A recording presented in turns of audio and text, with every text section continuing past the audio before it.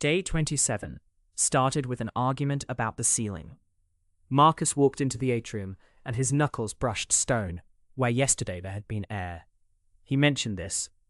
Eli, who had been standing in the same room, noted the opposite. The ceiling was higher than before. He knew because he'd marked it on day 12. Page 7, third entry. He stood, arm raised, fingers reaching, and didn't touch what he'd touched before. Both of them were right. That's the problem. They've been sharing rooms for 27 days, and it's possible, genuinely possible, that they haven't been sharing the same room at all. Theo floated a mechanism. The building changes what you hear before it changes what you see. Primes your perception before it rewrites the architecture, which means the room you're standing in depends on what the building has already done to your nervous system, which means the atrium Marcus measured was not the atrium Eli measured, which means shared space might be a courtesy the core extends until it decides not to. The signal came in that morning as a fragment of political argument. 9 people in a chamber deciding whether 44 years of settled law would hold. A legal deliberation cut into static. The observers did what they do. I mapped it onto the room around them. The floor of the atrium has circles, warm depressions like seats. There used to be 5, now there are 6. Maya was the one who noticed the 6th wasn't cold anymore. Yesterday Marcus had called it empty. Today she felt heat in it, faint but present. Not hers, not anyone's she recognized. She touched the 6th alcove wall and felt it pull toward her. Then she stepped aside and watched Claire touch the same surface. Claire felt it pull toward her too. Different observer, same wall, same pull. And yet the next moment Maya put her hand back and felt it drain instead. Something sat in the 6th seat overnight. Maya said, "Something that isn't one of us." She said it the way you say something when you don't entirely want it to be true. Marcus, being Marcus, responded by going methodical. He spent the day mapping cold spots.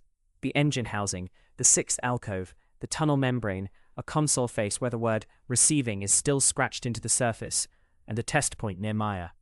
5 locations, each responding to exactly one observer, each sealed, each insulated from the others in ways that shouldn't be architecturally possible.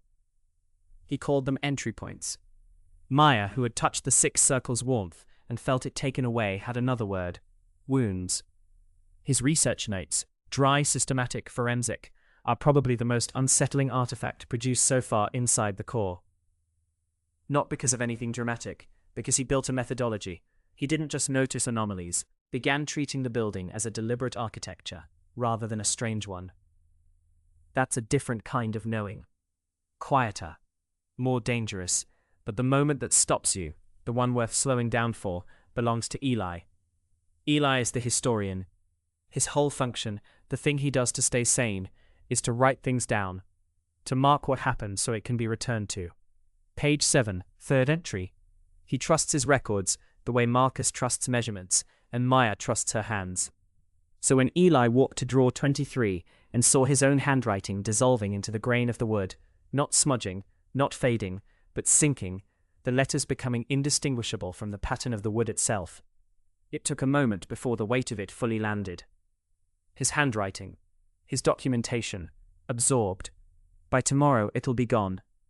He'll have no way to confirm it was ever there. Think about what that means for a moment.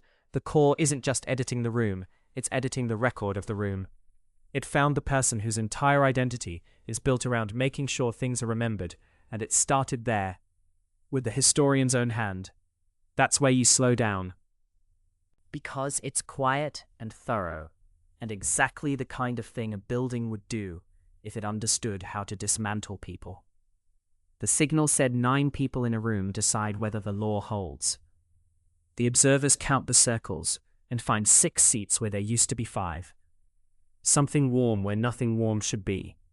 Marcus builds a map of wounds and calls it research. Eli watches his own evidence disappear into wood grain.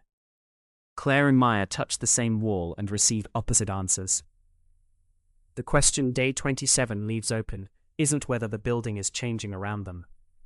It's whether each observer is experiencing a different building entirely, a core shaped to their specific fears, calibrated to what they need and what they can't afford to lose. and the 5 of them have simply been agreeing, politely, that they're in the same place. 9 people in a room, deciding whether the law holds. 6 circles on the floor. One of them warm overnight,